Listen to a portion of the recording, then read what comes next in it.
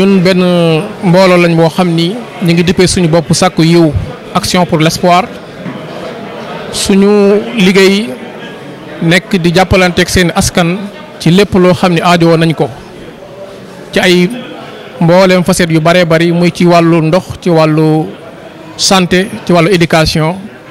ak ñi nga xam ne ñoom ñoo nekk ci biir prison yi. waaye nag weeru koor bu jotee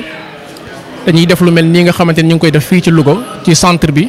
suñu ay mbokk yoo xam ni yàlla subhaanahu wa taala moom moo leen nattu ñu nekk ay handicapé ci wàllu cër parce que handicapé mën na nekk ci leneen mais handicapé ci wàllu cër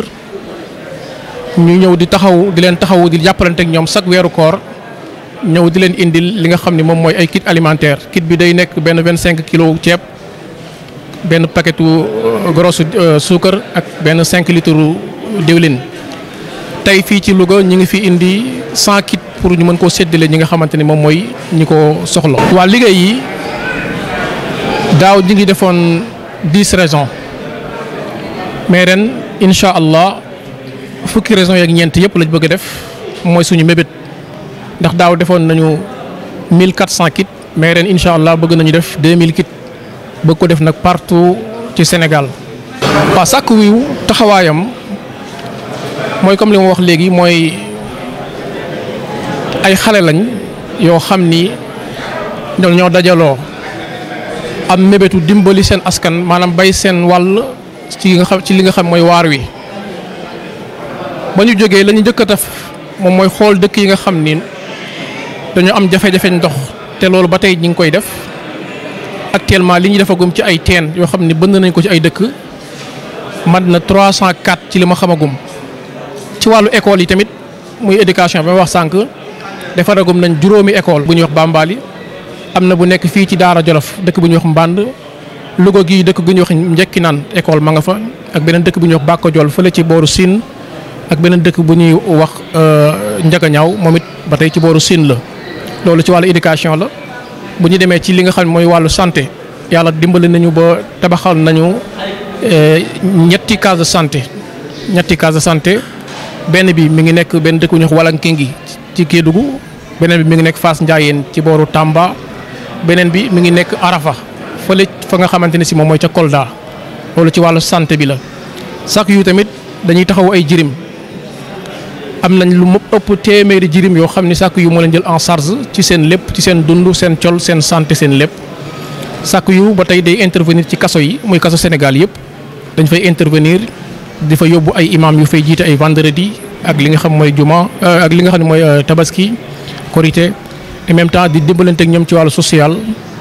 amoon na programme bu ñu taxawaloon fii benn année mooy xool ñi nga xam ni dañoo nekk ci kaso bi te bor moo leen fi bàyyi woon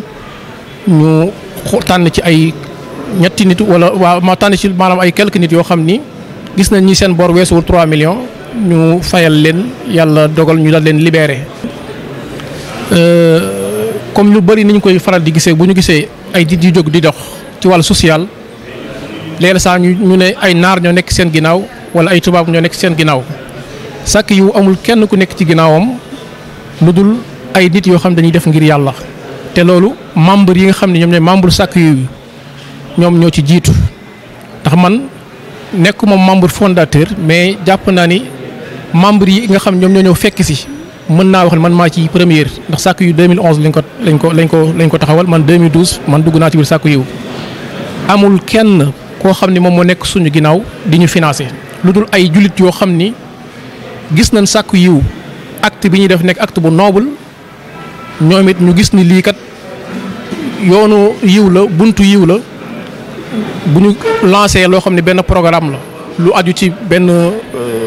programme bu ñu bëgg a def bu ñu ko lancé rek da gis ay bonne volonté yoo xam ni dañuy ne ñoom day bëgg nañoo def seen participation Sakku Yiw noonu lay demee waaye membre yi nga xam ne membre Sakku Yiw ñoom dañuy cotiser ci li nga xam mooy tax Sakku Yiw di dox ñoom maanaam ndimbal gi ñuy def dañ cee jiitu ñëpp balaa kenn di ñëw di leen ci fekk si waaye amul keneen ku nekk ci ginnaaw koo xam ni moom mooy financé wala waaye jullitu yàlla yi rek ñoom ñooy dugal seen loxo ci seen poste di dimbali li nga xam mooy station bi. waaw li critère bi nag moom souvent du ñu ñun ñooy tànn mais fu ñuy dem fu nekk rek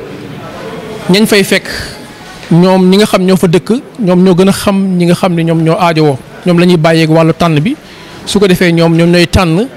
te jàpp nañ ni seen tànn tamit gis nañ ni ak maanute mi ngi ci. parce que ñun suñu ñëwee ba gisal suñu bopp dinañ xam ni ñii nga xamante ni ñoom lañ jox li nga xam ni moom mooy don bi gis nañ ni ñoom seen wàllu bopp aajowoo nañ ko waaw. waaw kontaan rek at mu ñëw daal. ak mu ñëw daal dëgg ñu gën a am ci yéen confiance rek. yàlla lu ngeen mën ren yàlla na ngeen mën déglu ko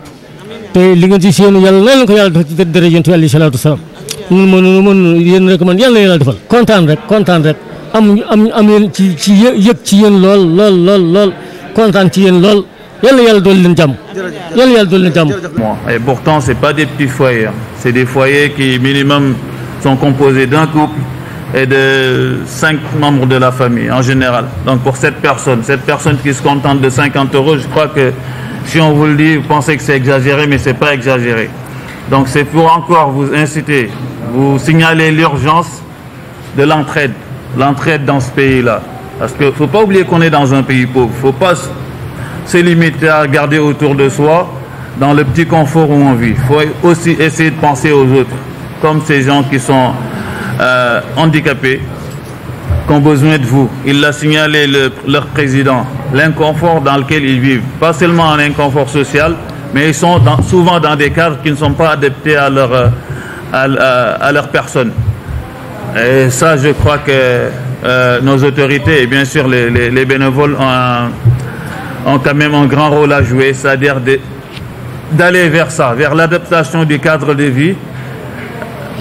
par rapport aux personnes handicapées. Moi, c'est le message que je voulais lancer. Parce que si on n'avait pas entendu Morphou parler de ça, peut-être on n'aurait pas pensé à ça. Mais quand même, ça doit être très difficile, comme il l'a expliqué. Un handicapé qui rentre dans des toilettes, qui veut prendre sa douche, je pense peut-être qu'il mettrait 2 fois le temps qu'une personne pas handicapée ferait pour prendre sa douche. Donc il faut quand même que nous, qui sommes engagés dans le travail social qui n'a pas de frontières, et aussi les autorités, pensent quand même à l'adaptation du cadre de vie pour ces handicapés.